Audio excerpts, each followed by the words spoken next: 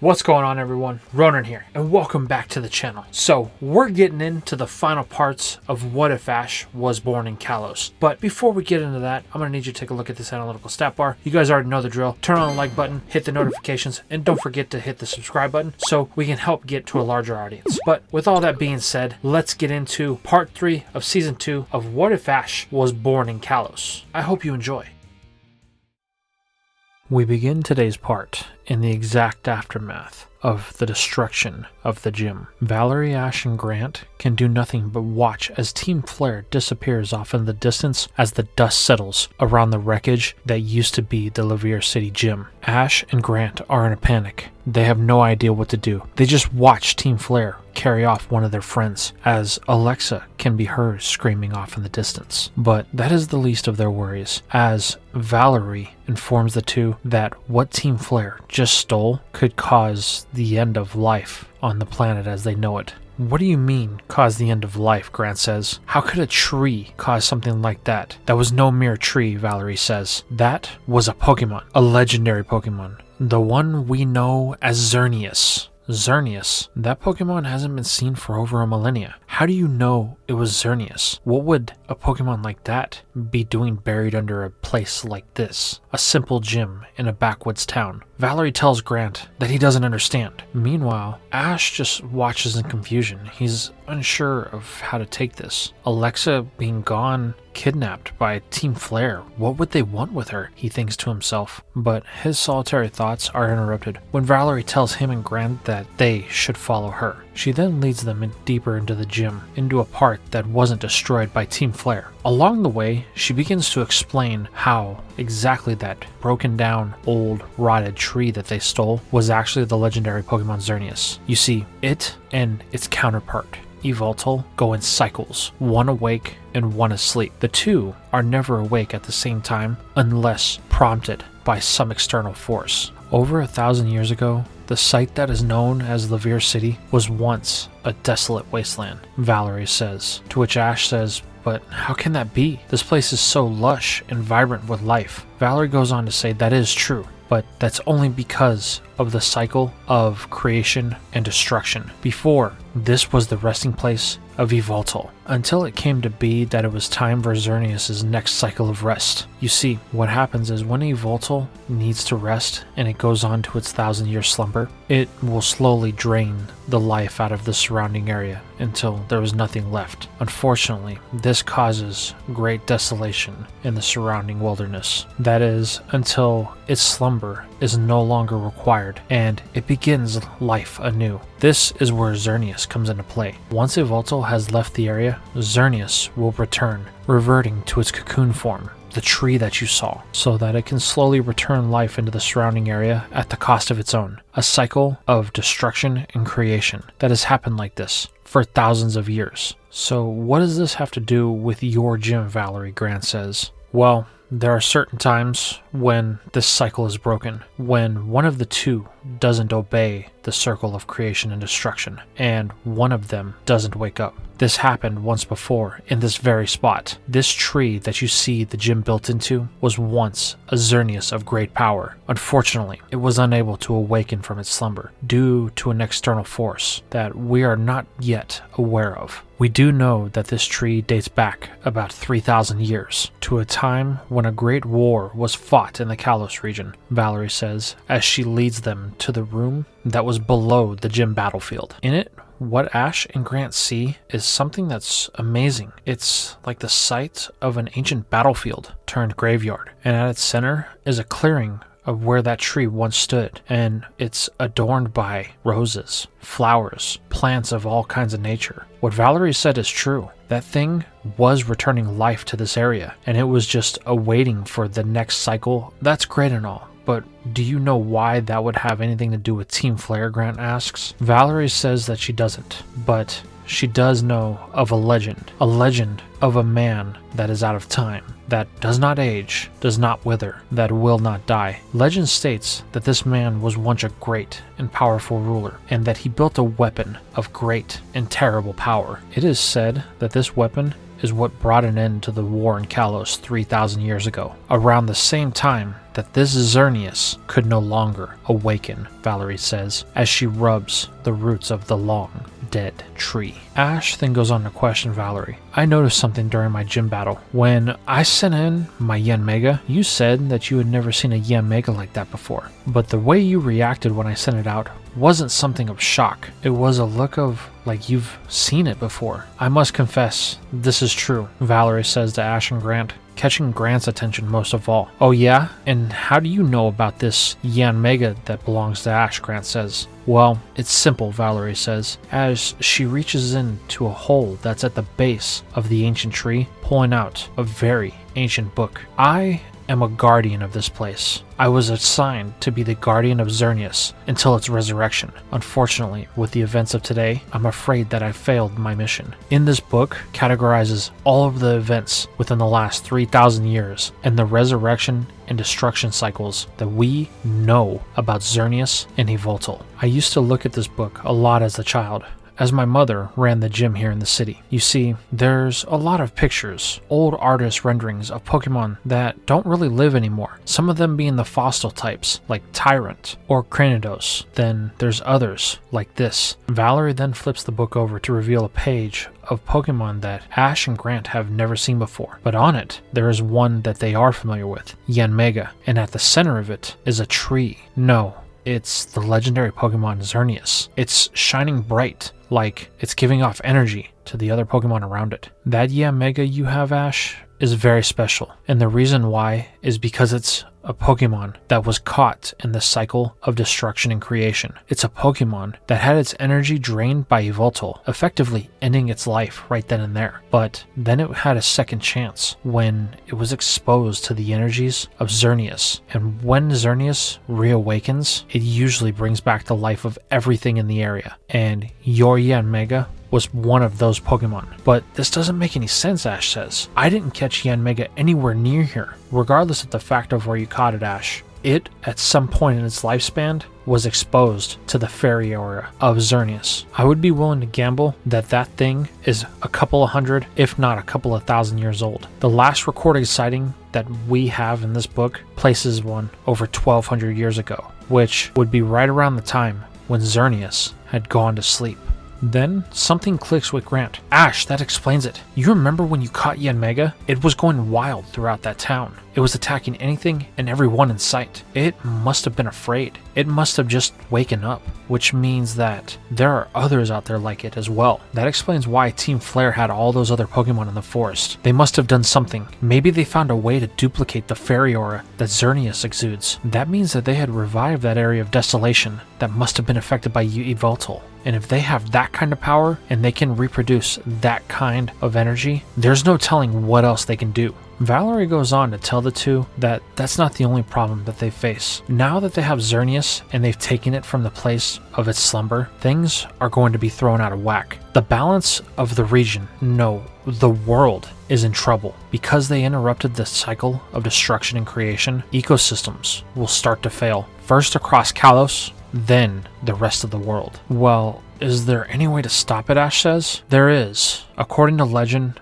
there is a third Pokemon meant to balance the trio, but nobody knows what it is or where it's even located. This Pokemon doesn't even really have a name. It's only got a description in this book. It says that it takes the shape of a Z. Realizing that some of these past myths are now based in reality, Grant decides that it's time to make a call. Pulling out his communicator that he's kept hidden from Ash this entire time, he phones in to the one person that's been waiting for an update from him. Looker, we have information, and you're not going to like what I have. Grant then ends the call as abruptly as he had started it, much to Ash's surprise. This is where Valarie realizes the importance of Grant. So, the rumors about you were true. You are a member of the International Police, aren't you? Grant confirms this, unfortunately engaging with a barrage of questions from Ash, to which Grant tells him that they're going to have to wait. He'll explain everything later, but right now, they have to go. There's somebody that they're going to have to meet with. Before the duo part from the gym, Valarie offers one last piece of advice. She tells both Grant and Ash that there are 2 more guardians, though she does not know their identity or if they are even still in existence. Her family has kept the secrets of Xerneas for over a millennia now. Unfortunately, the secrets of the other guardians were lost to time. I don't know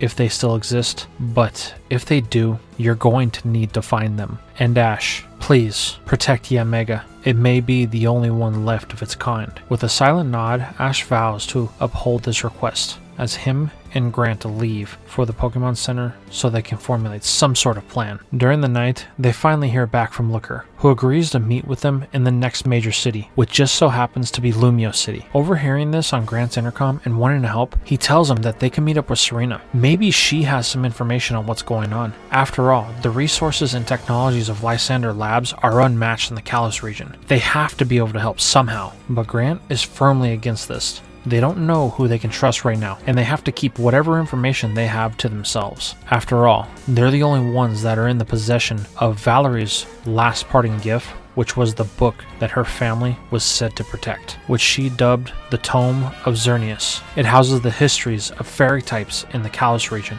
as they are not as abundant in other parts of the world. And the fact that there may be 2 other books out there in the region, 2 other guardians per se, they need to get as much information as possible, as things are looking far more dire than they have to this point. And now that Team Flare has the power of a legendary at their fingertips, there's no telling what they plan to do next. While Grant tells Ash that he appreciates the help, he needs to understand something. Grant is the adult here, and Ash is still nothing but a kid, so he's gonna have to just sit back and let the adults handle this. After all, Ash is under his protection. Protection?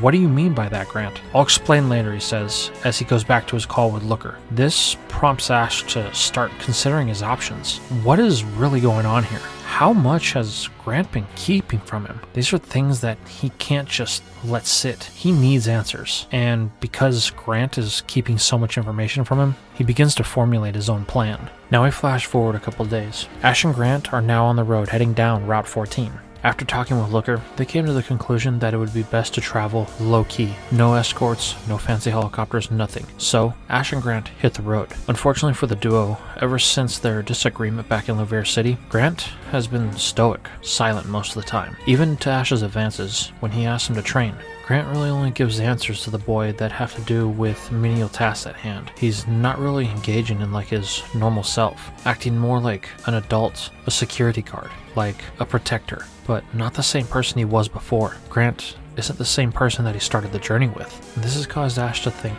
quite a bit about this entire event, about everything that's going on.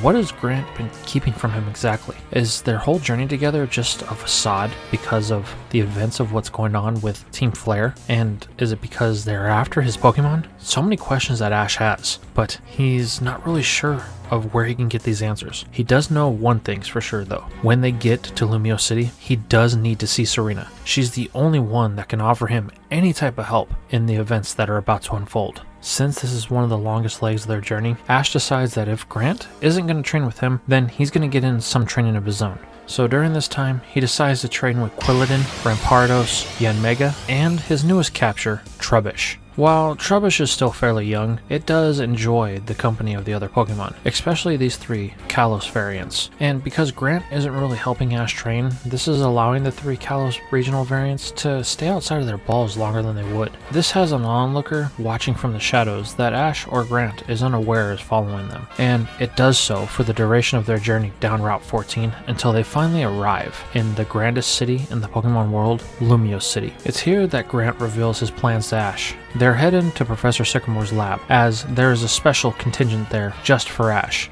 Not understanding what Grant is talking about, Ash tries to get any more information out of him. You'll understand when we get there, so come on, we have to hurry. There are other things that I have to attend to. It isn't long until they find themselves at the doors of Sycamore Labs. However, the place is far different from the last time Ash was here. it's overrun with what looks like Lumiose police plus other types of police, ones that have the word International Police written on them. Ash isn't understanding what's going on, but he's hoping that Grant will finally talk to him once they're inside and Professor Sycamore is around. However, when he gets inside, he's led with much more disappointment. This is where our young hero comes to find out that Grant intends to leave Ash with Professor Sycamore, being the reason for all of the police. Upon this revelation, it causes a huge argument between Grant and Ash, only to be broken up by the boss of Grant himself, Looker, telling the boy that he needs to sit down. This is adult time. Ash doesn't understand where this guy is coming from or how he would even dare talk to him like that. This is where Grant reveals that Looker is his boss, and he's going to be the one making all the calls and all the decisions for Ash's own well-being from this point out. Ash's Pokemon are of the highest priority to protect. If Team Flare gets their hands on just one of them, it could spell catastrophe for not only Kalos, but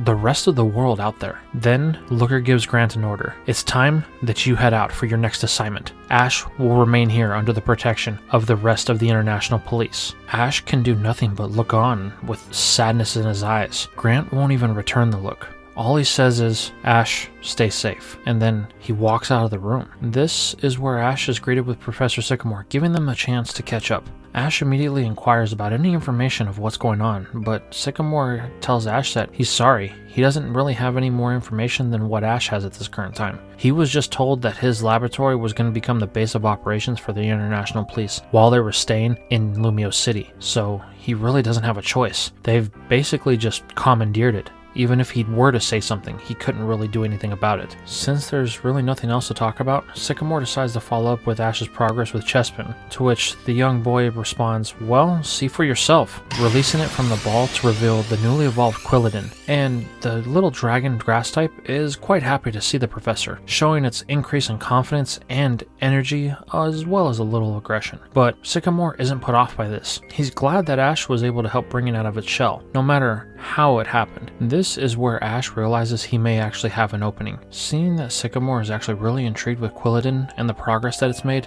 Ash goads the professor into learning as much as he can about the dragon type, because they don't know how long he's going to be here, and this could be the only opportunity for the professor to study it, and they don't know when that chance will come around. And Sycamore fully recognizes that Ash is right, and he decides to take advantage of it. Now Quilladin has the full attention of the professor, which is one bad thing because the professor was also charged with watching Ash, as the Interpol police were charged with securing the facility, which they haven't fully done yet. This leaves Ash unattended, which he fully takes advantage of, finding the first phone that he can and making a call to none other than Serena at Lysander Labs. Luckily, the boy is able to get through rather quick, which his first question is about Clawitzer, seeing how he sent it there. However, Serena tells Ash that she really can't talk right now. With Lysander going missing, she has a lot of things that she has to keep up on. This sparks Ash's interest. He knew that Lysander was missing, and he wants to know if Serena knows anything about it, or if there's any help that he can offer. But Serena says she really can't say anything over the phone, and she's gonna have to go. Then,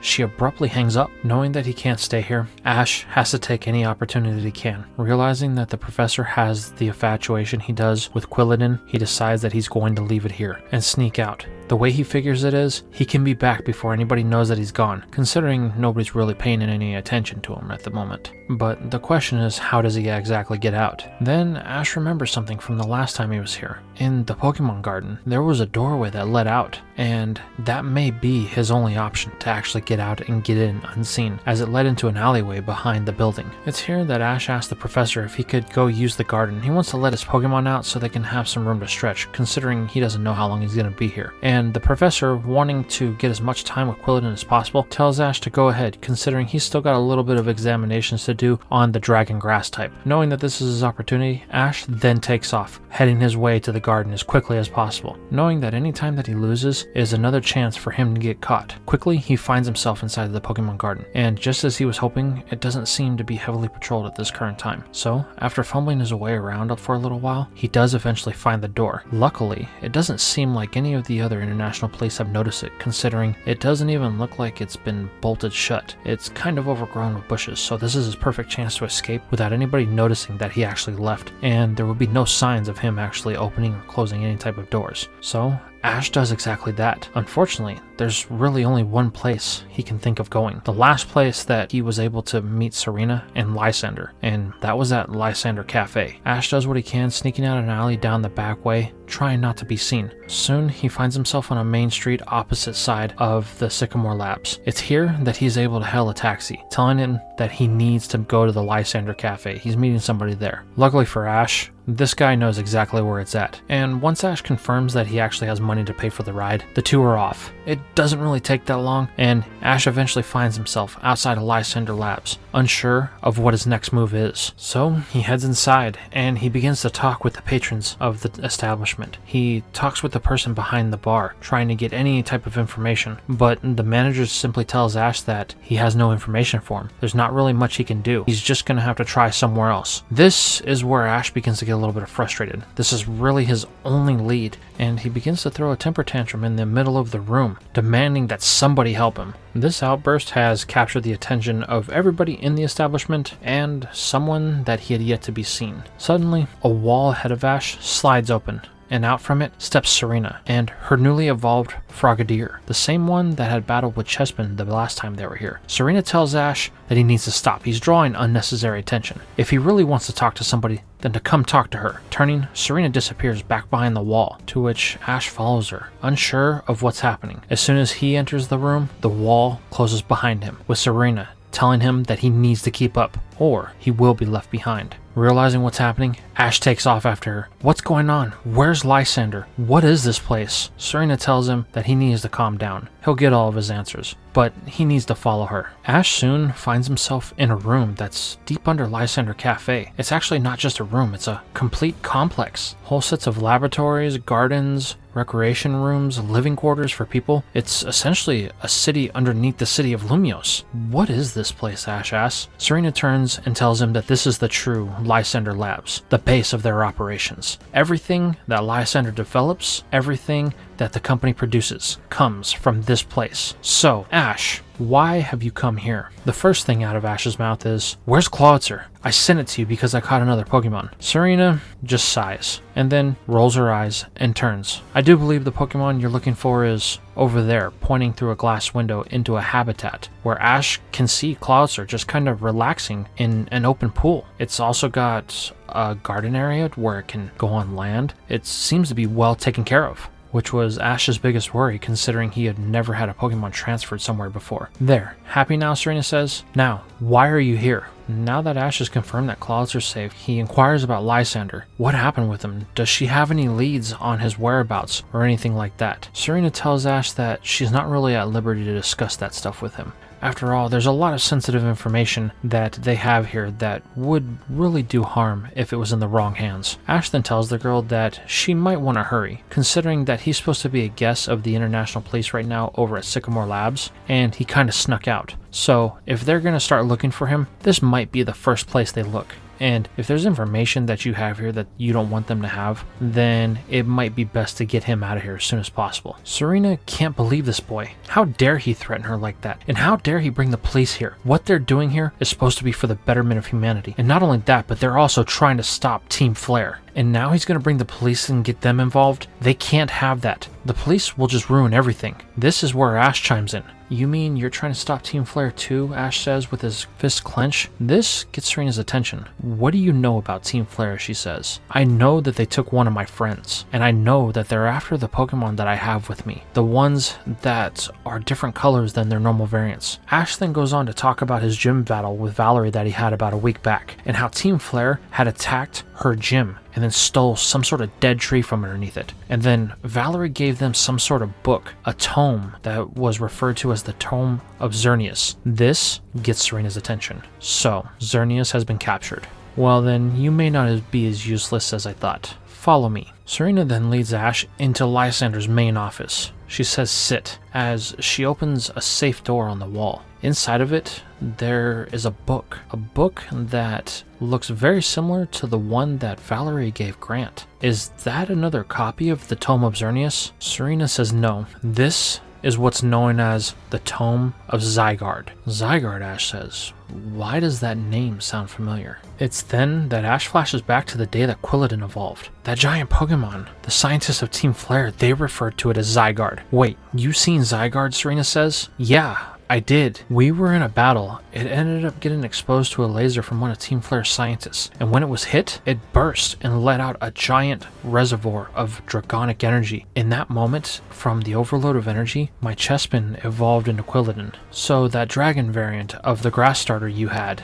it evolved when it was exposed to the aura of Zygarde, Serena says, to which Ash confirms. Okay, well then, it seems you're in this deeper than I thought. Ash, you may want to sit down. We have a lot to discuss. Taking a seat, the boy begins to hear a tale about Kalos' ancient past, how there was a king that was driven mad with power. He sought to conquer, and anyone who stood oppose him, he would use Pokemon to take what he wanted. That was until one day he came at odds with a kingdom that he was unable to defeat. As a result, he decided that he would create a weapon of mass destruction, something called the Eternal Flower. This weapon was something of great and terrible destruction, and it was able to lay waste to anything that the king had his eyes set on. However, there was a problem. A weapon of this great and terrible power needed a large energy source. Unfortunately, it's not easy to come by an energy source such as that. However, there are several types of energy source that exist in nature naturally. Megastones and keystones, for instance, are one of them, and the others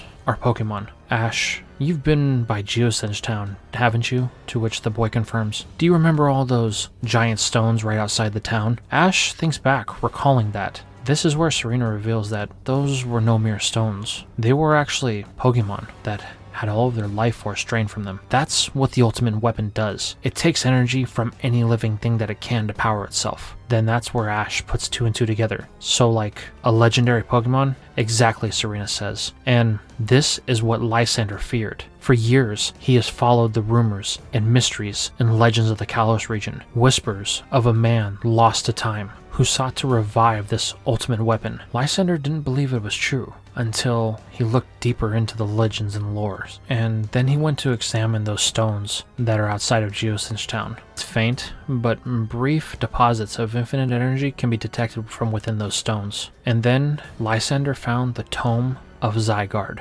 In this tome depicts a legendary battle between the Z Serpent Snake and the ultimate weapon. The Pokemon we know as Zygarde is meant to protect the natural balance of environments. It's supposed to allow ecosystems to flow naturally as life intended, and it's supposed to counterbalance the other two legendaries of the Kalos region, Xerneas and Yveltal. It's to ensure that none of them fall out of the cycle of life and death. Unfortunately, this machine known as the ultimate weapon, it breaks that cycle, and that's why Zygarde got involved. The last time that weapon was fired, it cost Zygarde everything, reducing it to mere cells, to which, since then, nobody has seen Zygarde in its true form. This is where Ash says that the one that he saw was pretty big. Unfortunately, he doesn't know if it was 100% or not. Serena then deduces by Ash's description of the events that happened that what Zygarde was introduced to may have been a smaller version of that ultimate weapon. It was probably there as a last resort, meant to shatter it, to prevent it from interfering with their plans once again. Then Serena drops another bomb at Ash. Lysander Labs, in all of its research, has discovered the reason why all of these Kalosian variants of Pokemon have been showing up, to which she goes on to explain what they know about it. And the answer is one that is quite terrifying. These Pokemon are the results of when the natural cycles of life and death are interrupted. She then goes on to talk about Ash and the three Pokemon that he has, Rampardos, Yanmega, and his newly evolved Quilladin. She starts with Rampardos, as it's Ash's oldest one. Rampardos is the result of a Pokemon that was caught in the death cycle when Yveltal had taken its slumber to recharge itself and was meant to drain the life force out of the surrounding area. This is what happens when one of those Pokemon that was exposed to that is revived by artificial means in the modern day. That's why your Rampardos ended up with the typings that it did. This is where Ash releases Rampardos to explain that it evolved when it was exposed to a metal coat, which Serena could understand that. Their DNA is unstable, and as a result, their evolutions could happen in weird and unexplained ways. That leads her to Quilladin. It's kind of the same result, except it's a Pokemon that had its energy drained by the ultimate weapon. However, at some point, either during its death or after it's died, it is exposed to a large amount of the energy from Zygarde, and then when it is revived, it maintains that energy. And this is supported by the fact that when Zygarde was shattered again and Quilladin was exposed to that energy, it triggered an evolution. Then comes Yanmega. It's a Pokemon that was exposed to the ultimate weapon, having its energy drained, but then it was fortunate enough to be exposed to a large amount of fairy aura, like that of Xerneas, bringing it back, and it takes on the fairy typing. Whenever you see a Pokemon of an odd typing that shares the type of one of the 3 legendary trio of Kalos, this is the reason why. And unfortunately, they have large amounts of this aura inside of their cellular structure. This is when Ash asked the big question. So why would Team Flare want them? And Serena says, well, that answer is really quite simple. It's because even though one of them may not have a lot of that energy, multiples of them share that energy. And just in case their primary battery fails, they want to use something as a backup. These Aura regional variants that we've come to call them are perfect for this because they're small depositories, reserves of the primary source. So in the event of a failure for the main power supply, they would be perfect to power the ultimate weapon. And it seems like that's exactly what Team Flare plans to do.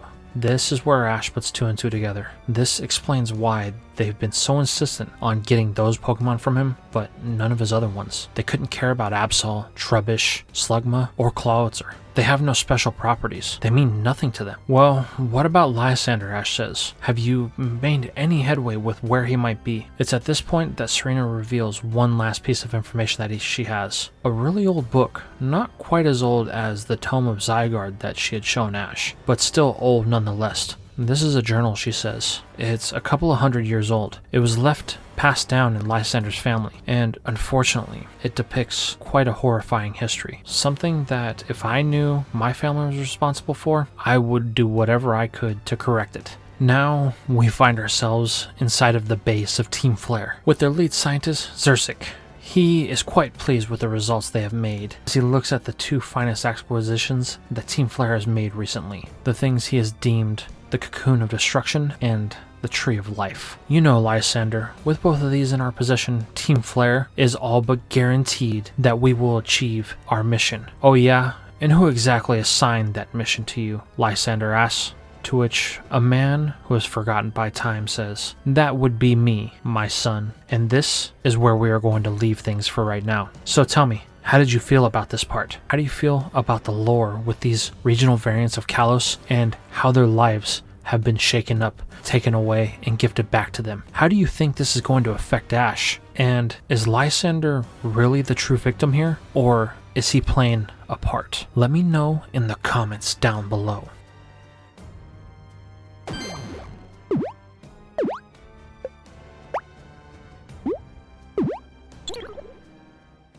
And that's all we have for today's video. I really hope you guys enjoyed the content that you saw today, and I really hope you come back for future episodes. I really hope you'll consider following me on some of my other platforms, maybe on Twitter, or joining my Discord if you like following behind the scenes things, or if you want to just get to know the community that I've slowly been able to build here the last couple of years on YouTube. Also, if you want to help support the channel a little bit more, considering joining my Patreon or becoming a YouTube channel member. I offer exclusive content on both of those platforms for the different tiers, and it's content that I'm sure you won't want to miss out, as it's going to be a long time before it comes to YouTube. But with all that being said, I really hope that you guys enjoyed, and I'll see you in the next video.